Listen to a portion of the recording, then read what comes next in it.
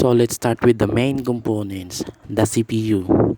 And the CPU is AMD Ryzen 3 3200G with 4 cores unlocked with desktop 4 cores unlocked desktop processor with includes advanced Radeon 8 graphics card. No expensive graphics card required, and it can deliver smooth high definition performance in the world's most popular games. And also, it has 4 processing cores bundled with the quiet AMD Red Stealth Color with 4.0 GHz max boost, unlock for overclocking, 6 MB cache, DDR2933 support for the advanced Seagate AM4 platform, base clock of 3.6 GHz.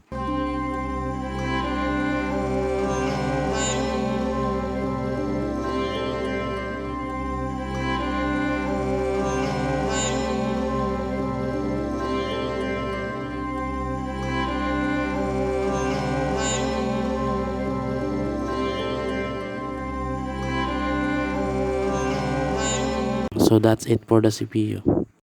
So for the motherboard is GIGABYTE B450 AORUS M. It is support AMD first and second generation Ryzen and Ryzen with Radeon EVGA graphics card processor with dual channel non-ACC and buffered DDR4 with 4 DIMM slots, and also it has PCIe Gen 3 M.2 NVMe with thermal guard operating system support for Windows 10 64 bits, Windows 7 64 bits, to support Windows 7 64 bits. You must install an AMD Pinnacle Rage and Summit Rage CPU with high quality audio capacitor and audio noise guard, and this motherboard has HDMI D ports for multiple displays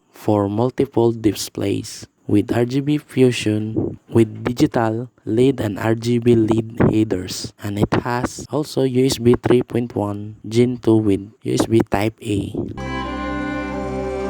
So that's it for the motherboard. So for the RAM or the memory is Corsair Vengeance LPX 16GB DDR4 DRAM 32 MHz C16 desktop memory. It compatible with Intel 100 series, Intel 200 series, Intel 300 series, Intel X299, and also AMD.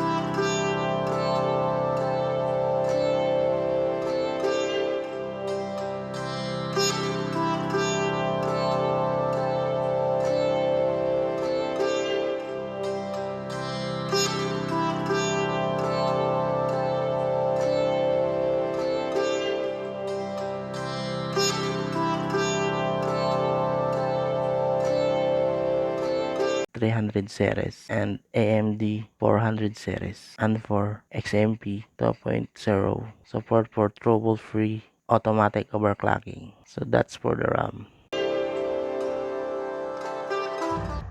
So for the hard drive or the HDD is Seagate BarraCuda 1TB internal hard drive or HDD with 3.5-inch SATA 6GB and also 7200 RPM with 64 MB cache. This support for computer desktop PC, and it can store more, compute faster, and do it confidently with the proven reliability of BarraCuda internal hard drives. It is build a powerhouse gaming computer or desktop setup with a variety of capacity and form factors. The go-to SATA hard drive solution is nearly every PC application from music to video and photo editing, and also for the PC gaming.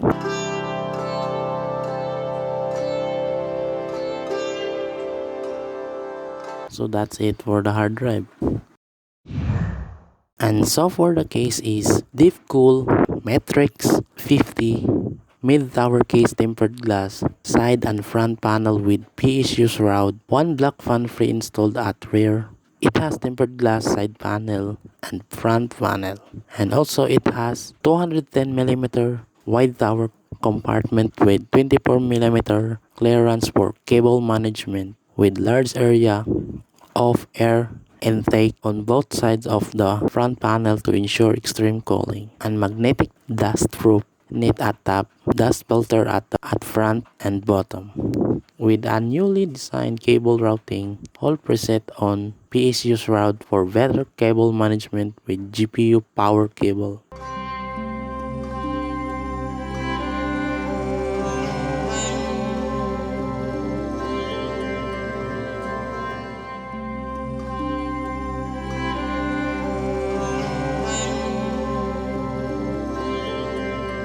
So that's it for the case.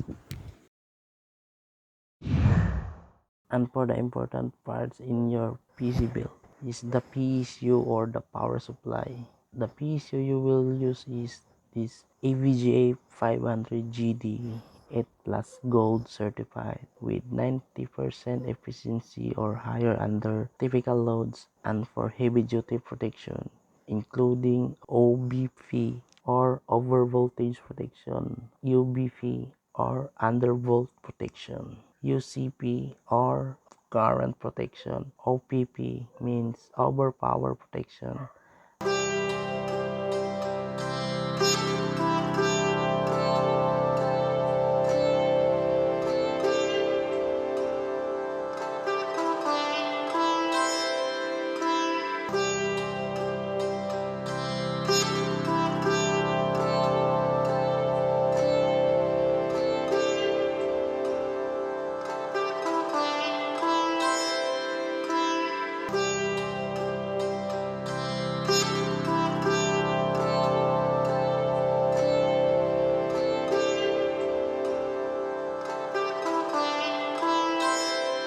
And the ACP short circuit protection. Or if you can find this same PSU, you can choose another brand with 500 watts and it has 80 plus bronze or gold certified power. So that's for the power supply to your PC build, and see you in the next video.